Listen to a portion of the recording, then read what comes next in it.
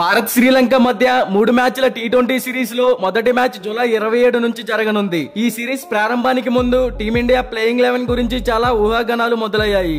Zimbabwe పర్యటనకు వెళ్లిన కొందరు ఆటగాళ్లను కూడా ఈ సిరీస్ కు ఎంపిక చేశారు. టీ20 ప్రపంచ కప్ లో ఆడిన కొందరు ఆటగాళ్లు కూడా జట్టులోకి చోటు దక్కించుకున్నారు. ఈ కారణంగానే ప్లేయింగ్ 11 విషయంలో ఎవరికి అవకాశం దక్కుతుందో ఎవరికి అవకాశం దక్కట్లేదో తెలియడం లేదు. ఓపెనింగ్ గురించి మాట్లాడుకుంటే శుభ్మాన్ గిల్, యశస్వి జైస్వాల్ అయితే ఉండవచ్చు. రుతురాజ్ గైక్వాడ్, అభిషేక్ శర్మ ఎంపిక చేయలేదు కాబట్టి ఈ కారణంగా ఓపెనింగ్ విషయంలో పెద్ద ఇబ్బందిగా ఉండదనే చెప్పుకోవచ్చు. వికెట్ కీపర్, బ్యాట్స్మెన్ గా రిషబ్ పంత్ 3వ స్థానంలో ఆడగలడు. టీ20 ప్రపంచ కప్ లోనూ అదే పాత్ర పోషించాడు. కెప్టెన్ సూర్యకుమార్ యాదవ్ 4వ స్థానంలో ఆడవచ్చు. సంజు శాంసన్ 5వ స్థానంలోనూ, హార్దిక్ పాండ్యా 6వ స్థానంలోనూ ఉండవచ్చు. ఆ తర్వాత శివం దుబేని మరో ఆల్రౌండర్ గా కూడా ఉపయోగించుకోవచ్చు. అతను హార్దిక్ పాండ్యాకు బ్యాకప్ గా సిద్ధమవుతున్నాడు. స్పిన్నర్లుగా వాషింగ్టన్ సుందర్, అక్షర్ పటేల్ కు అవకాశం ఇవ్వవచ్చు. దీంతో జట్టు బ్యాటింగ్ మరింత పటిష్టం కానుంది. మహమ్మద్ సిరాజ్, హర్షదీప్ సింగ్ ఇద్దరు ఫాస్ట్ బౌలర్లు ఆడగలరు. రింకు సింగ్ కి స్థానం ఇంకా దొరకలేదు. ఒకవేళ ఆడించాలనుకుంటే మాత్రం సంజు శాంసన్, శివం దుబేలలో ఒకరిని తప్పించాల్సి ఉంటుంది. ఇలాంటి పరిస్థితుల్లో రింకు సింగ్ వేచి ఉండాల్సిందే.